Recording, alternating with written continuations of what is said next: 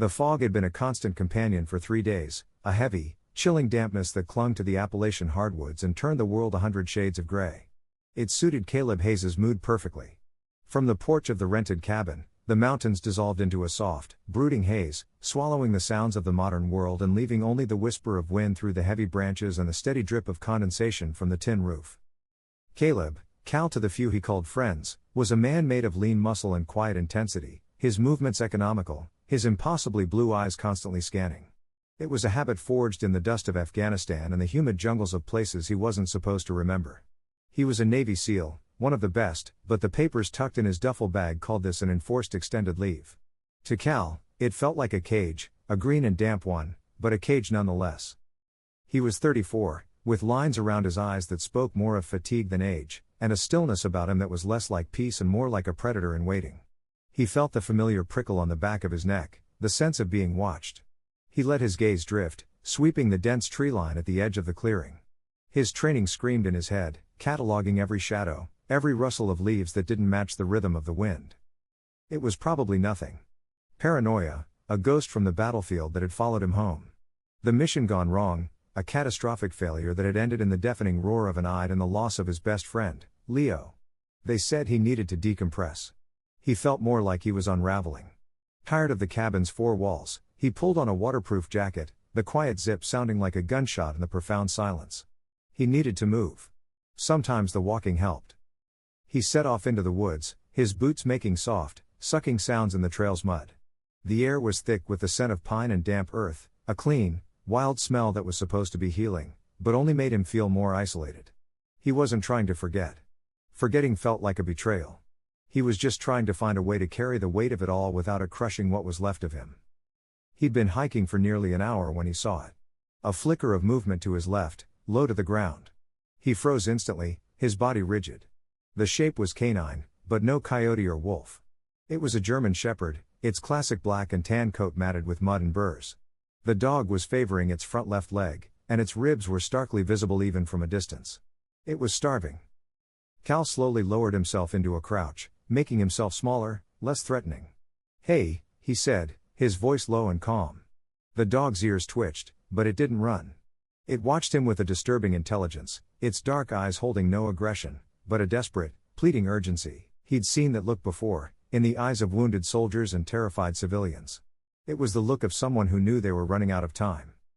He was a planner, a man who never took unnecessary risks. His instincts, honed over years of life or death decisions, were screaming at him to back away. An injured animal was an unpredictable one, but something in the dog's gaze held him. It wasn't feral. It was lost. Carefully, he opened a pouch on his pack and pulled out a protein bar. He unwrapped it and broke off a piece, tossing it a few feet from the dog. "Here you go, buddy. Easy does it." This is when the situation went from unusual to deeply strange. A starving animal offered food should have devoured it. This dog didn't. It lowered its head, sniffed the piece, then looked back at Cal, letting out a low whine. It hesitantly took a step back from the food, then another. It was a clear refusal. Cal was stunned, his mind reeling. Every instinct he had about animal behavior was being contradicted. The dog whined again, a sound of profound frustration, and turned, limping a few paces deeper into the woods before stopping to look back at him. It was an invitation, a summons. "What do you want?" Cal murmured, more to himself than to the animal. As if in answer, the dog limped to a large, moss-covered patch of earth cleared by a fallen tree. It lowered its head and, with its good front paw, began to scratch at the dirt. Cal watched, mesmerized, as the dog's actions took on a bizarre, deliberate pattern. Its claws dug into the soil, leaving dark, clear lines. 3 distinct scratches. It stopped, raised its head to look directly at Cal, its chest heaving with the effort. Then it lowered its head and did it again. 3 more scratches. The air grew heavy, the sound of the dripping trees fading to a dull roar in his ears. 3 scratches, a pause, 3 more. It wasn't a random act. It was a signal. It was structured, precise, and utterly impossible. He felt a cold dread mixed with a rush of adrenaline. In the field, they used patterns for everything. Taps, clicks, flashes of light, simple coded messages to convey meaning without sound. This felt chillingly similar. He thought of Leo, of the nonverbal codes they had shared, a tap on the helmet, a hand signal, a glance. A whole conversation could take place in a silent moment. This dog, this impossible dog, was trying to communicate. Every rational part of his brain told him to turn around, walk back to the cabin, and chalk this up to stress, to the ghosts he was fighting. This wasn't his problem. He came here to get away from trouble, not to walk deeper into it. But the dog's eyes held him, pleading with an intelligence that defied explanation. It had refused food. It had performed a deliberate, patterned action.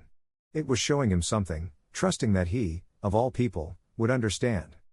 He took a step forward, and the dog's posture changed. The frantic energy softened into what looked like relief.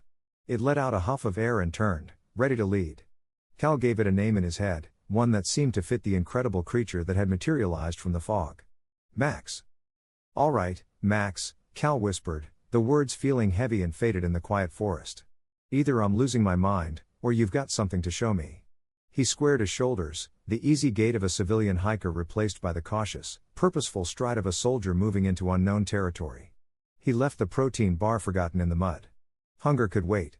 This was something else. This was a mission. Max limped ahead, leading him off the trail and deep into the wild heart of the forest, never looking back. It didn't have to. It knew he was following. The woods grew denser as Cal followed his unlikely guide. The trail had long since vanished, leaving them to navigate a thick undergrowth of ferns and briars that snagged at his jacket.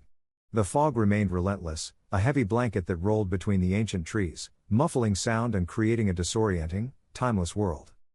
Max moved with a relentless purpose, its limp a steady, rhythmic marker of its pain. Yet it never faltered.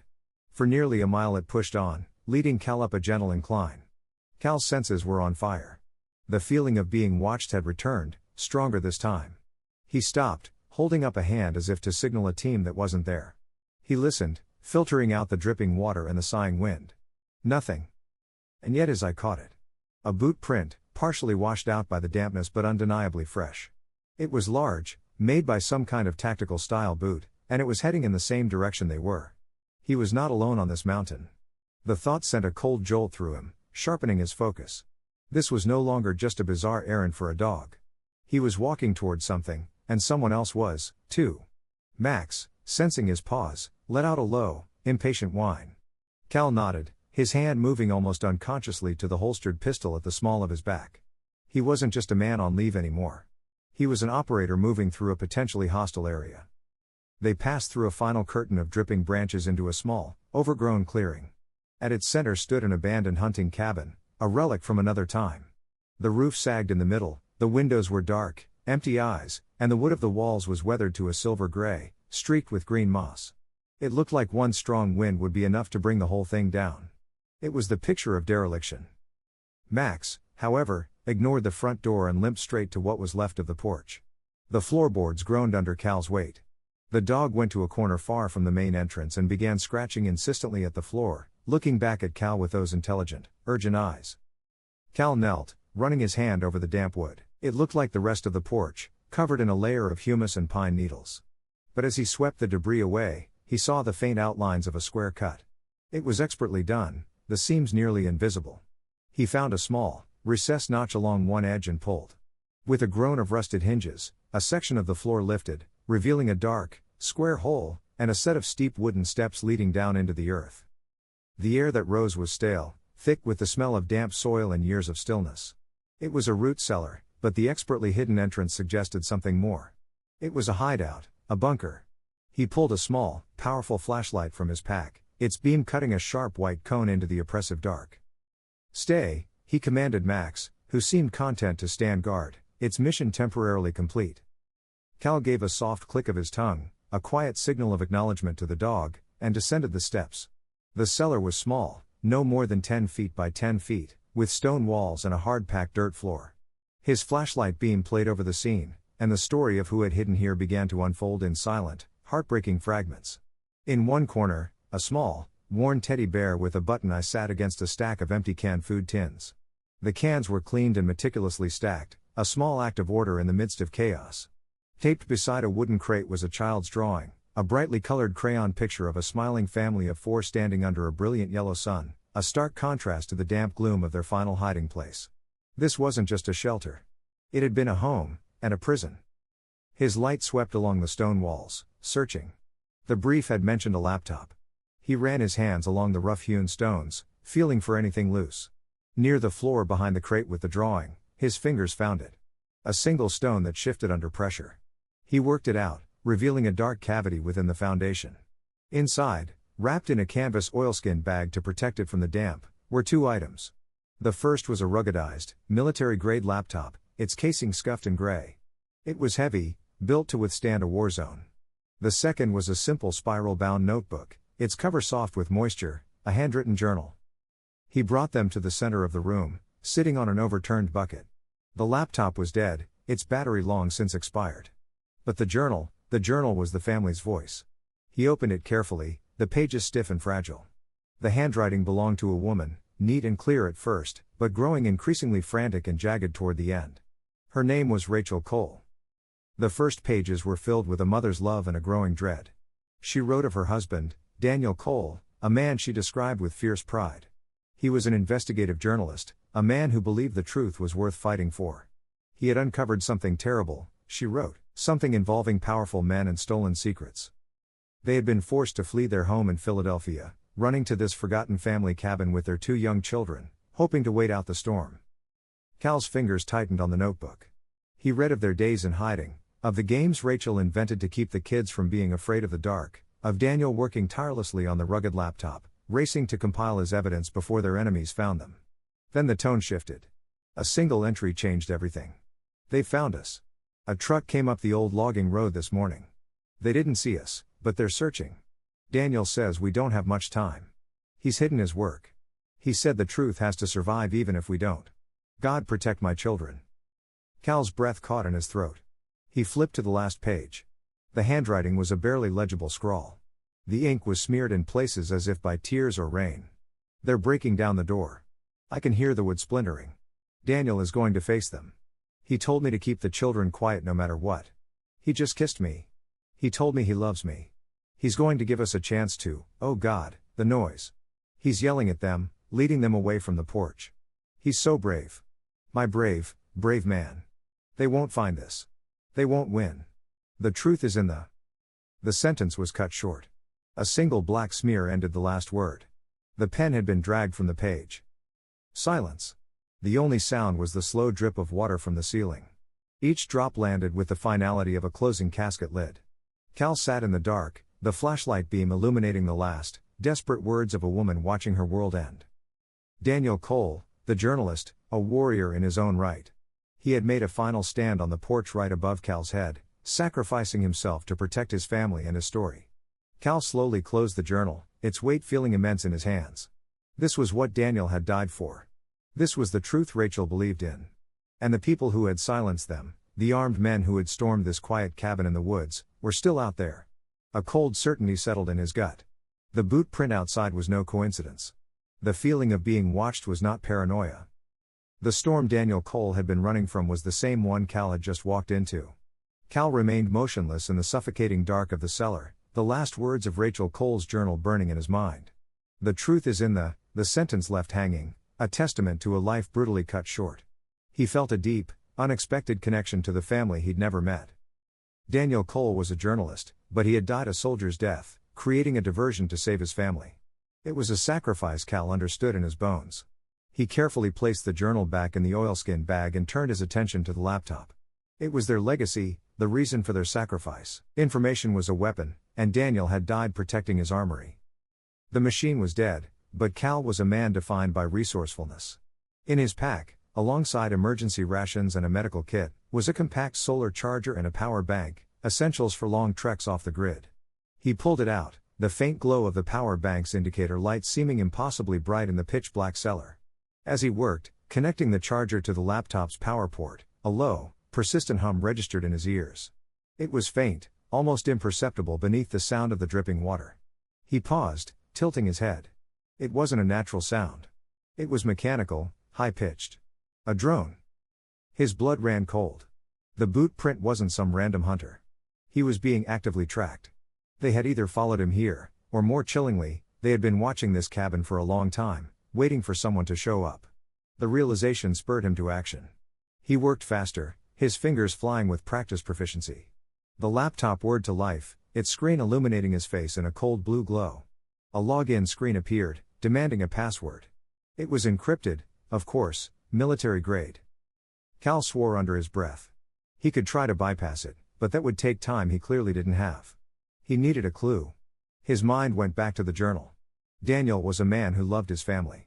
Men like that, even careful ones, often used personal details for passwords, things they believed no one else could guess. He pulled the journal out again, frantically scanning the earlier, happier pages with his flashlight.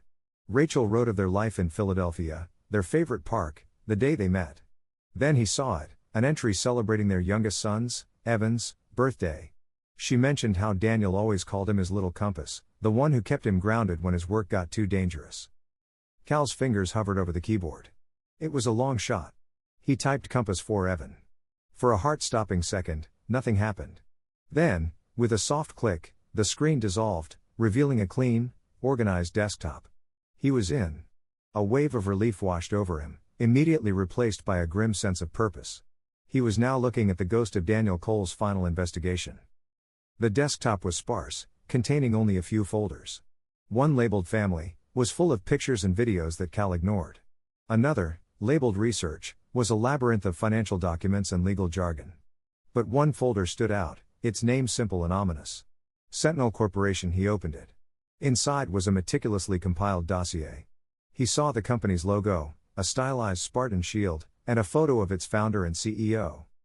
The man was handsome in a severe, predatory way, with silver-streaked hair, a perfectly tailored suit, and eyes that held no warmth whatsoever. His name was Julian Croft, a former Army Ranger turned defense contractor. The public profile painted him as a patriot, a visionary providing cutting-edge security solutions for a dangerous world. Daniel's notes, however, painted a different picture. They described Croft as a sociopath, a man who didn't see war as a tragedy, but as a market. Cal dug deeper, his horror growing with every file he opened. Daniel had found the proof: shipping manifests with falsified cargo descriptions, encrypted emails discussing hardware deliveries to unauthorized buyers, offshore bank accounts with transactions totaling hundreds of millions of dollars. Sentinel Corp wasn't just a security firm. It was an arms trafficking empire selling advanced American military tech to the highest bidder, regardless of their loyalties. Then he saw a subfolder. Its name made the air leave his lungs. Project Sparrow. His hand trembled slightly as he opened it. The file contained the technical specifications for a next-generation guidance system, one that could turn a standard mortar into a precision-guided weapon. It was the exact same system his own unit had been field testing stateside before their deployment. And at the bottom of the file was a transfer ledger. It detailed a massive sale of the Sparrow system. The buyer was listed in code, but the delivery coordinates were not. A remote valley in Afghanistan's Kandahar province. The date of delivery was noted as exactly 48 hours before his team had been sent into that same valley. It all clicked into place. The pieces of the puzzle formed a picture of a betrayal so profound it made him feel sick. The ambush, the faulty intelligence that had led his team into a perfectly staged kill box. The insurgents waiting for them hadn't just gotten lucky. They had been equipped with Sentinel's best technology. His team, including his best friend Leo, hadn't died in the fog of war. They had been sacrificed. They were a walking advertisement, a bloody field test to prove to Croft's clients that his product worked as advertised. And Cal was the sole survivor, the loose end, the man who had seen too much. They weren't hunting him because he had failed. They were hunting him because he had survived. His eyes fell again on Rachel's journal. He remembered her frantic scrawl about Daniel hiding his work. The truth has to survive, she had written. Daniel had known this laptop wasn't the whole story. The journal had mentioned another place, a second cache of evidence, where the drone's hum was suddenly louder, closer. It was no longer observing from a distance.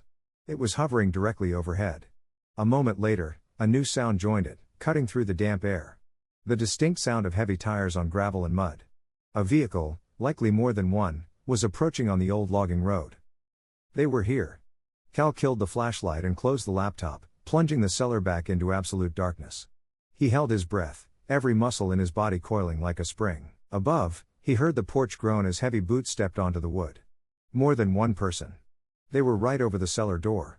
He was trapped in a stone-walled tomb containing a truth that had gotten a family murdered and his entire team slaughtered, and the men who did it were now standing just feet above his head. The floorboards above Cal creaked. Heavy, deliberate footsteps. Muffled voices, disciplined and low, filtered through the thick wood. Thermals have him in the structure, one voice said, A gravelly baritone. He hasn't come out. The package must be down there with him. Spectre, you want us to breach? A second voice asked. The one called Spectre, clearly the leader, answered with cold authority. Negative. Flush him out. Drop a gas canister through the floorboards. I want him alive if possible, but the package is the priority. We'll burn the whole cabin if we have to. Cal's blood froze. They weren't just here to kill him. They were professionals sent to retrieve the laptop. He was trapped, and his timeline had just been reduced to minutes, possibly seconds. His flashlight beam frantically swept the stone walls of the cellar one last time. There had to be another way out. Daniel Cole was a planner. He wouldn't have built a trap with only one entrance. His light caught it. A section of wall where the mortar between the stones was a slightly different color, newer than the rest. It was behind a pile of rotting firewood. He threw the wood aside, his movement swift and silent. He pressed on the stones. One of them gave way, pivoting inward on a hidden hinge. Behind it was a tunnel, dark and narrow, just wide enough for a man to crawl through. An escape route. Above, he heard the sound of a drill biting into wood. They were preparing to drop the gas. He had seconds. But what about Max? He couldn't just leave him. As if sensing his master's dilemma from outside, a sudden explosion of chaos erupted from the far side of the cabin. Max, who had been silent until now, began barking with the ferocious intensity of a trained attack dog, snarling and throwing himself against the cabin's flimsy outer wall. What the hell was that? The second voice yelled from the porch. Just a damn dog, Spectre snapped. Ignore it. Focus on the cellar. But the diversion was perfect. For a few precious seconds, the men's attention was split. Cal didn't hesitate.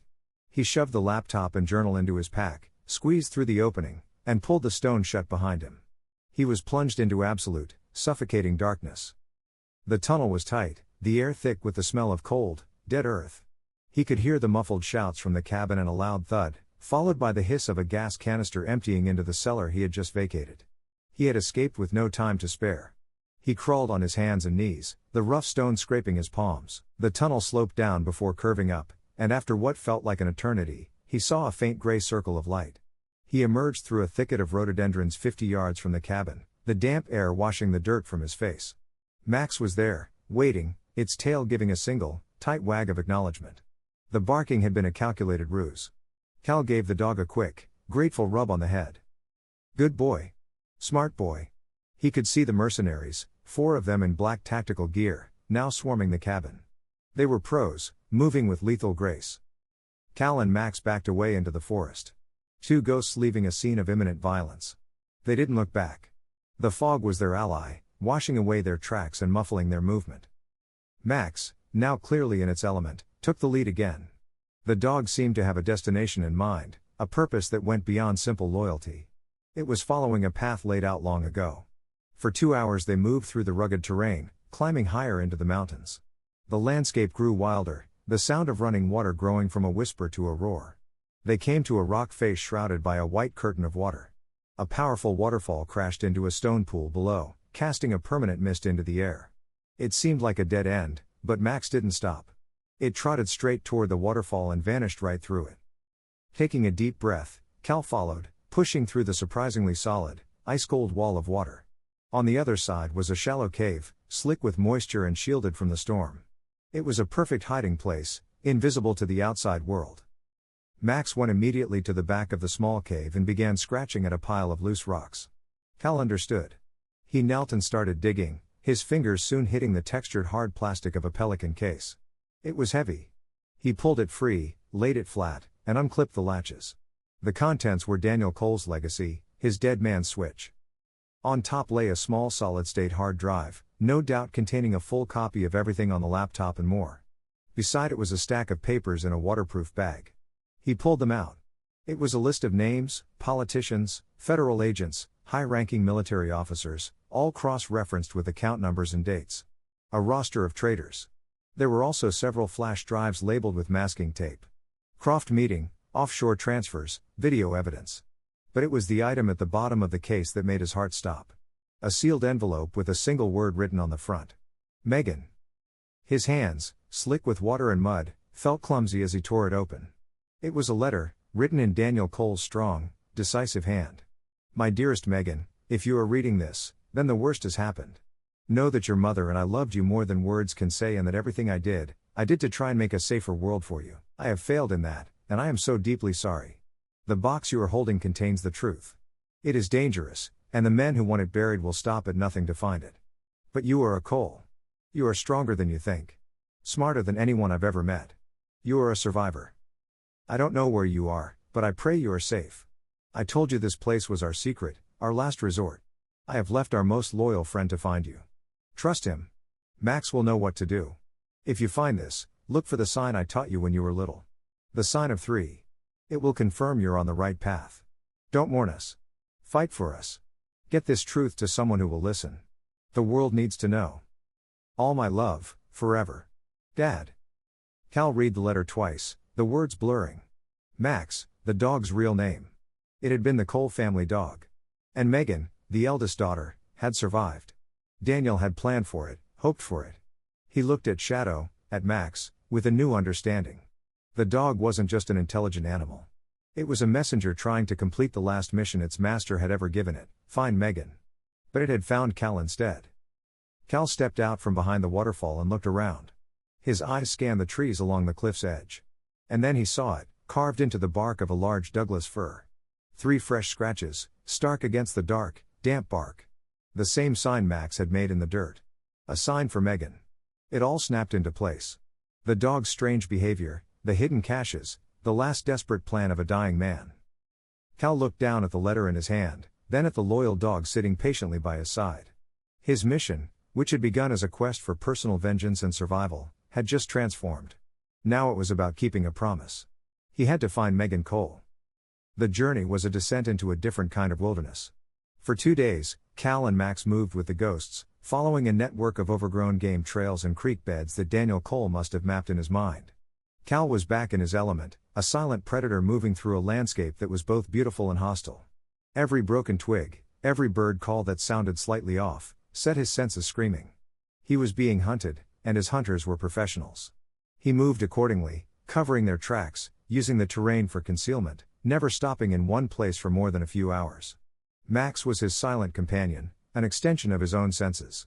The dog moved with an eerie quiet, its ears constantly swiveling, its nose testing the wind. He wasn't just a guide. He was a sentinel, and Cal found himself trusting the dog's instincts as much as his own. Finally, they came to a ridge overlooking a narrow valley. Nestled within it was a small, isolated settlement that barely qualified as a town. Millstone Hollow. It was a handful of cabins and a single general store, a place for people who had intentionally fallen off the map. Smoke curled from a few chimneys, but the place had an almost wary stillness. This was where Megan Cole was hiding. Getting to her without alerting the insular community, or worse, a potential sentinel spotter, would be a delicate operation. Cal spent the rest of the day observing from the ridge. He saw a woman emerge from a small, well-kept cabin at the edge of the settlement. She moved with a purpose and economy of motion he recognized. It was the careful, deliberate bearing of someone acutely aware of her surroundings.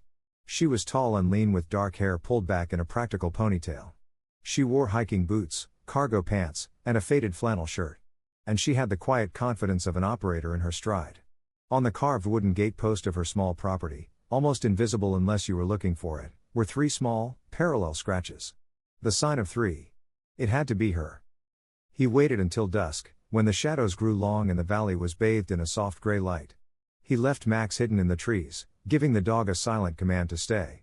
He approached the cabin from the rear, using the dense woods as cover. He moved like a whisper, his footfalls making no sound on the damp earth. He was 10 feet from her back porch when a voice cut through the twilight, sharp as steel. "That's far enough." He froze.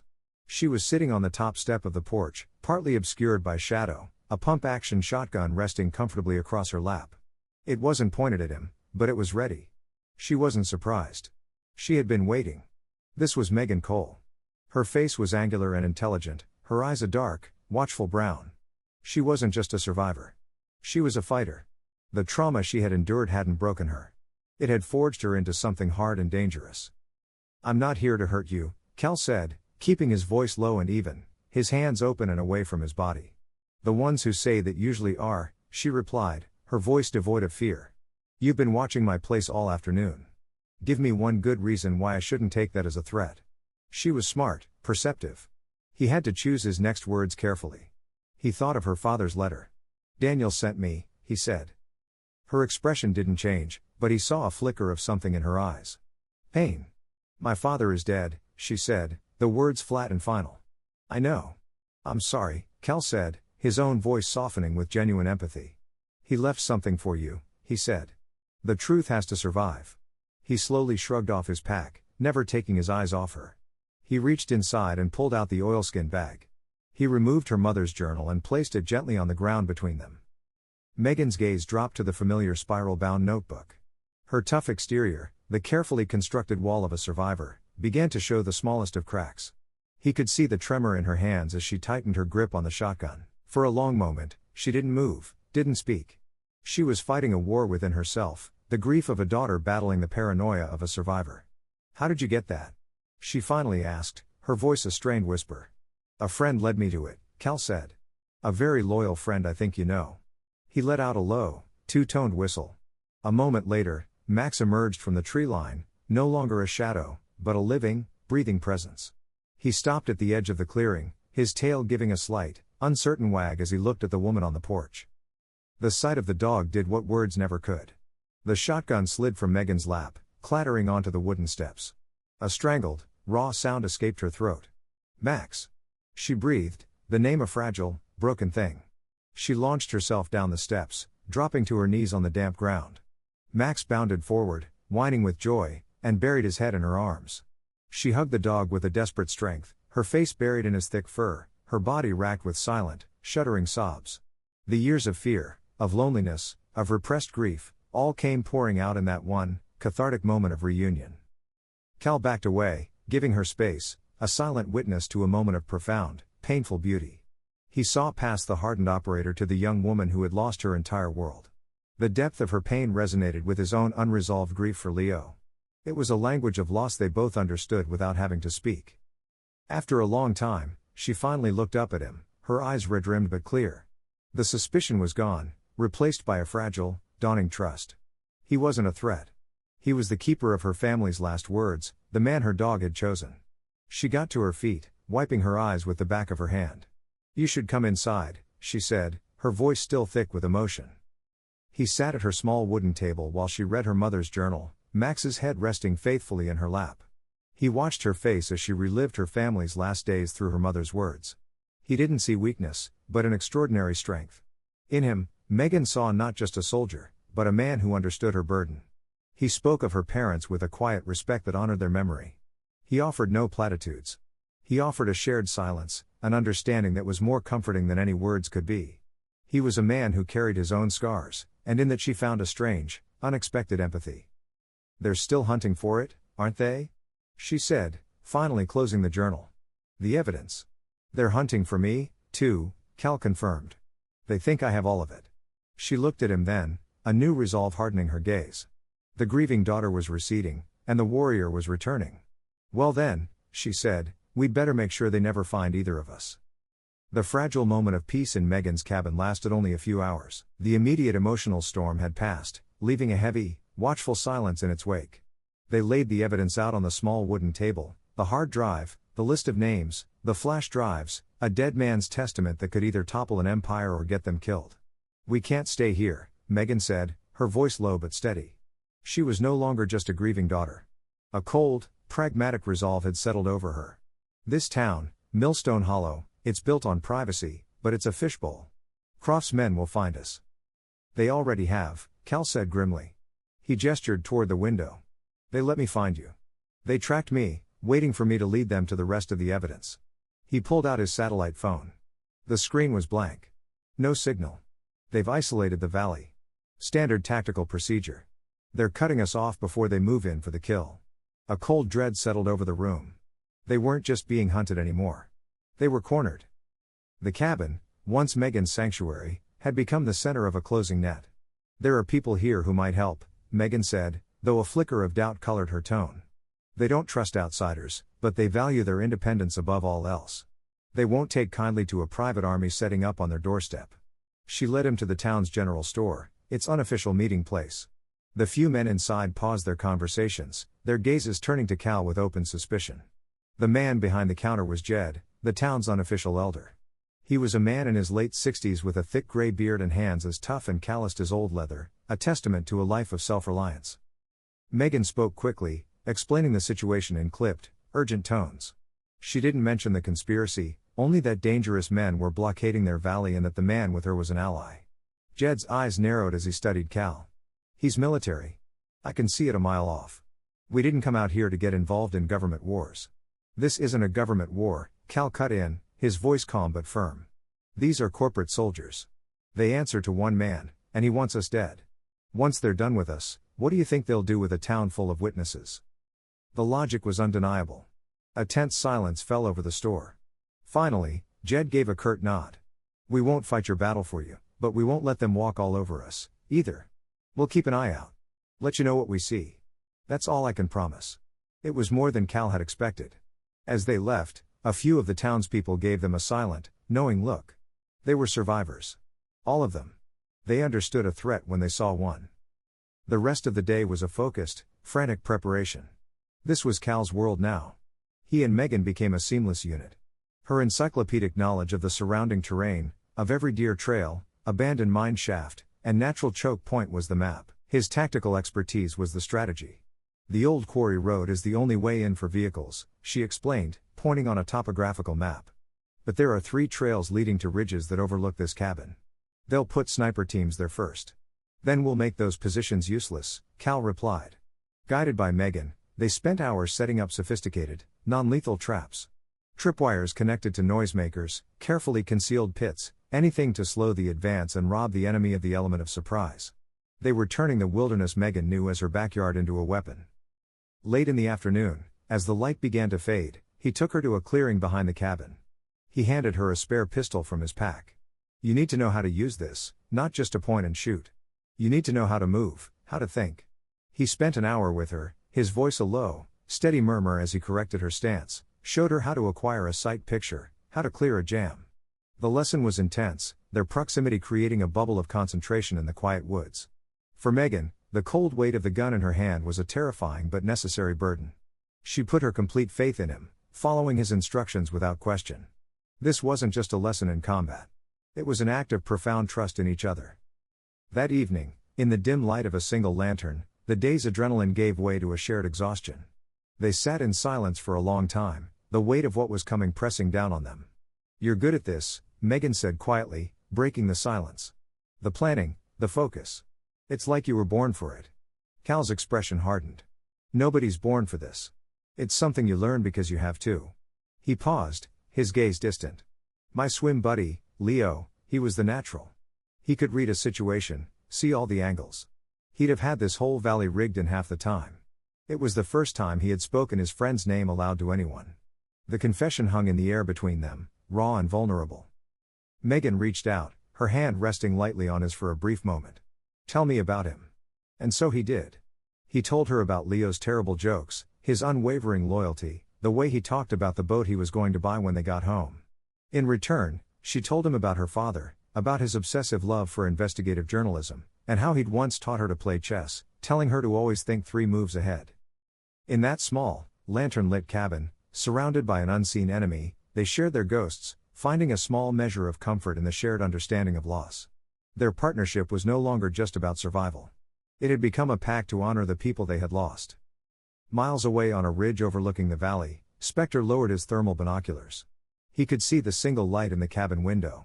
His men were in position. He'd seen the newcomers work, the subtle disturbances in the woods, the clear signs of professional defensive preparations. This was no longer about a scared journalist's daughter. She had help. He's a pro, Spectre murmured into his comms unit. Disciplined. Be ready for anything. We move on my signal. Back in the cabin, the conversation had died down. The preparations were finished. The traps were set. All that was left was the waiting. Cal stood by the window, peering into the inky blackness. Megan stood beside him, the shotgun now feeling like a familiar extension of her arm.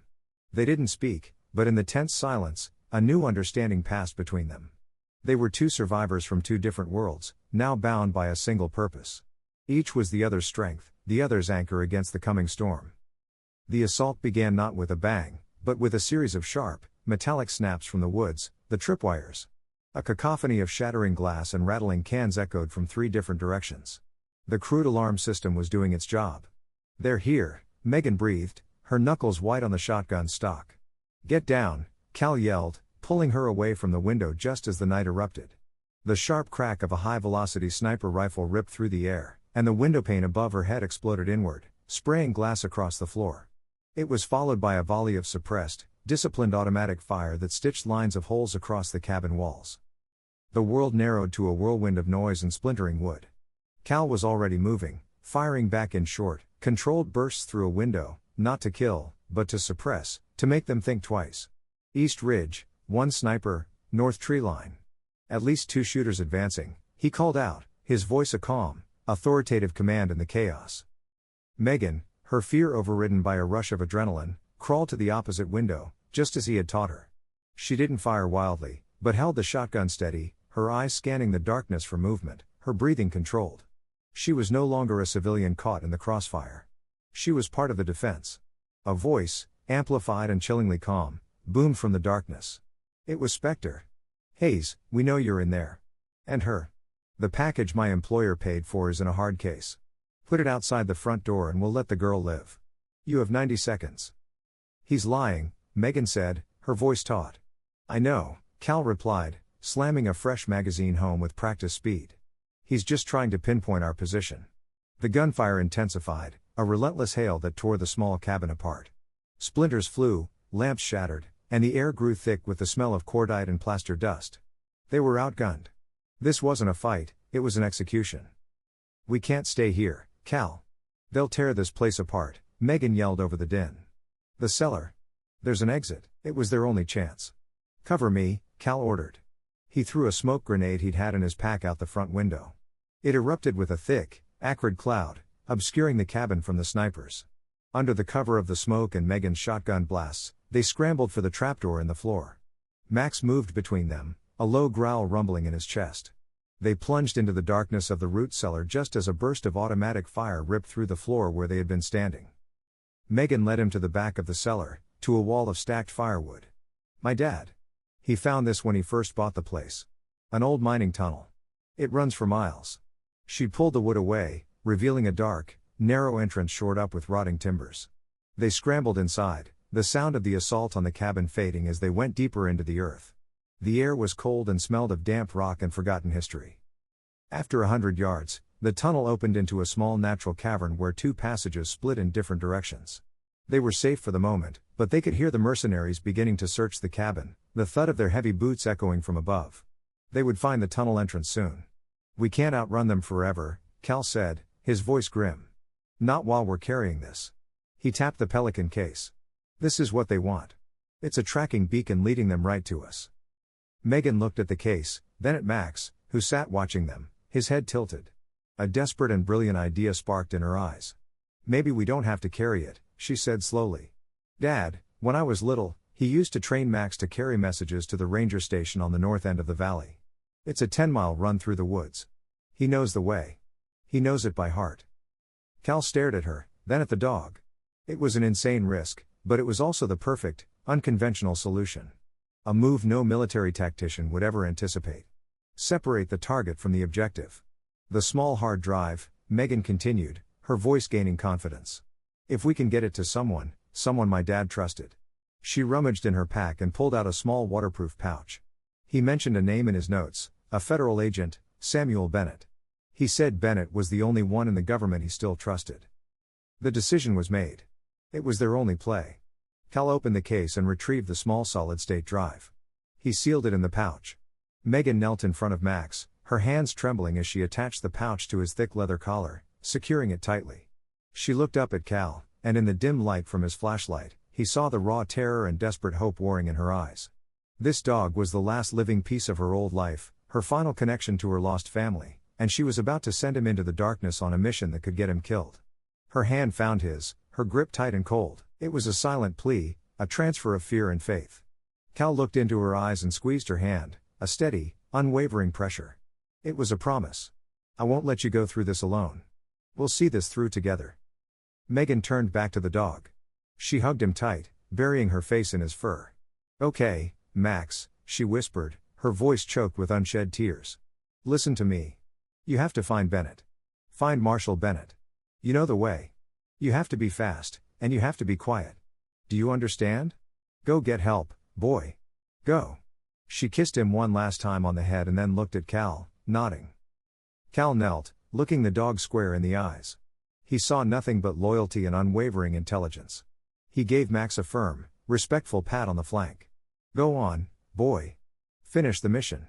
Megan pointed to the left-hand tunnel, the one that led north. That way, Max, go. For a moment, the dog hesitated, looking back and forth between the two of them, a low whine in his throat. Then, his mission overriding his devotion, he turned and vanished into the darkness of the tunnel without a sound. They stood in the echoing silence, alone. Their best hope, their most critical piece of evidence, now rested on the paws of one loyal dog. They could hear the mercenaries discovering the main tunnel entrance, their shouts growing closer. They'll follow this tunnel now, Megan said, her voice hollow. Good, Cal replied, slinging the pack onto his shoulders and heading down the right-hand path. That's the plan. They were the bait now. They ran deeper into the mountain, drawing the predators away from the messenger. Their future, and the truth of a vast conspiracy, rested on the four silent paws of a hero running in the night. The darkness of the mine shaft was absolute, a cold, suffocating blackness that swallowed their flashlight beams. For hours they moved through the labyrinth beneath the mountain. Megan's memory of her father's old maps their only guide.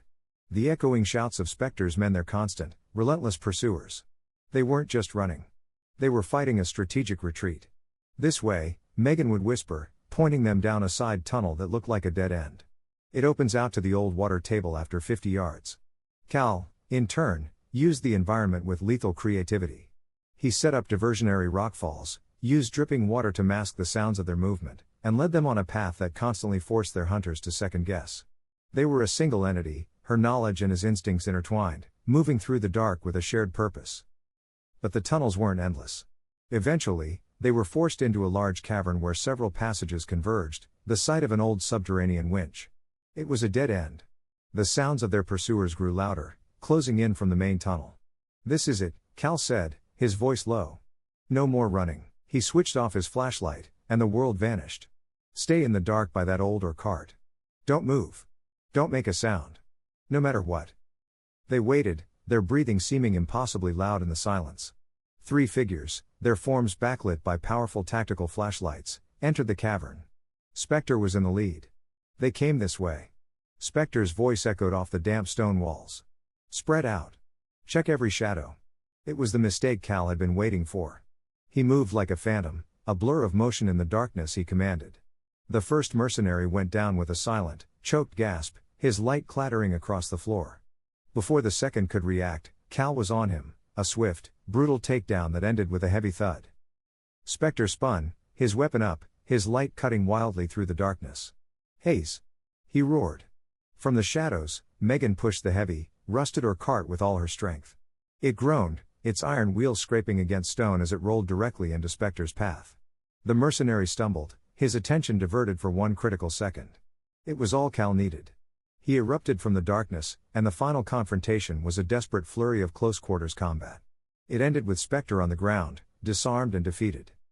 They left the mercenaries bound and gagged in the darkness and finally emerged from the mine into the pre-dawn light, bruised, ragged, and utterly exhausted. For 3 days, they lived like ghosts, staying off roads, surviving on what little they had. The silence was the hardest part, the not knowing. Had Max made it, or was their sacrifice for nothing? On the 4th day, they stumbled into a small roadside diner miles from Millstone Hollow. A television mounted in the corner was playing the national news. And then they saw it. The headline crawling across the bottom of the screen made them both freeze. Sentinel Corp CEO Julian Croft arrested in massive federal raid. The report showed a grim-faced Julian Croft being led from a skyscraper in handcuffs. A serious-looking man in a suit was giving a press conference. Cal and Megan stood stunned, watching the culmination of their fight play out on a greasy diner television. The reporter mentioned an anonymous source backed by an encrypted hard drive containing irrefutable and explosive evidence of illegal arms trafficking and treason. Megan let out a shuddering breath, her hand finding Cal's. He gripped it tight, a wave of profound relief washing over him. The brave, loyal dog had done it. Max had completed his mission. A week later, they sat in the quiet, unassuming office of Marshal Samuel Bennett. He was an older man with tired, honest eyes and a demeanor that spoke of a long, difficult career fighting the good fight. He looked at them with a mixture of awe and regret. The evidence on that drive, it was the key to everything, Bennett said, his voice gravelly. We'd suspected Croft for years, but he was always untouchable. Your father, Miss Cole, was a hero. I only wish I'd listened to him sooner. He slid a file across the desk. As for you, Hayes, your name has been cleared. The Pentagon is calling it a clerical error. You're a free man. Then Bennett smiled for the first time. He opened his office door, and a familiar black and tan missile shot into the room. Max, healthy and overjoyed, launched himself into Megan's arms, whining with happiness. Their family was reunited. 6 months later, the Pennsylvania fog felt different. It was a cleansing sound, rolling over the new roof of the rebuilt cabin in Millstone Hollow.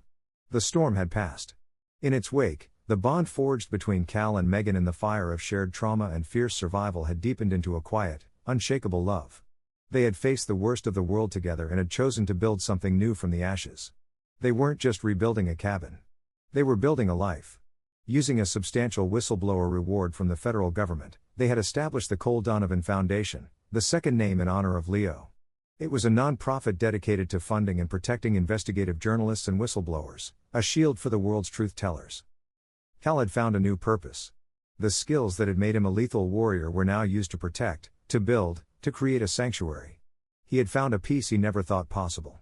Not in the silence of a mission accomplished, but in the easy laughter he shared with Megan, in the simple, profound act of living. He stood on the porch watching Megan throw a stick for a joyous Max in the clearing. She looked over at him and smiled, a genuine, unguarded smile that lit up her whole face. He smiled back, his heart full. Their future hadn't been a given. It had been earned. It was a future built on a foundation of justice, paid for with sacrifice, and cemented by a love that had been found in the darkest of places. With Max, their loyal guardian, lying contentedly at their feet, they were finally home.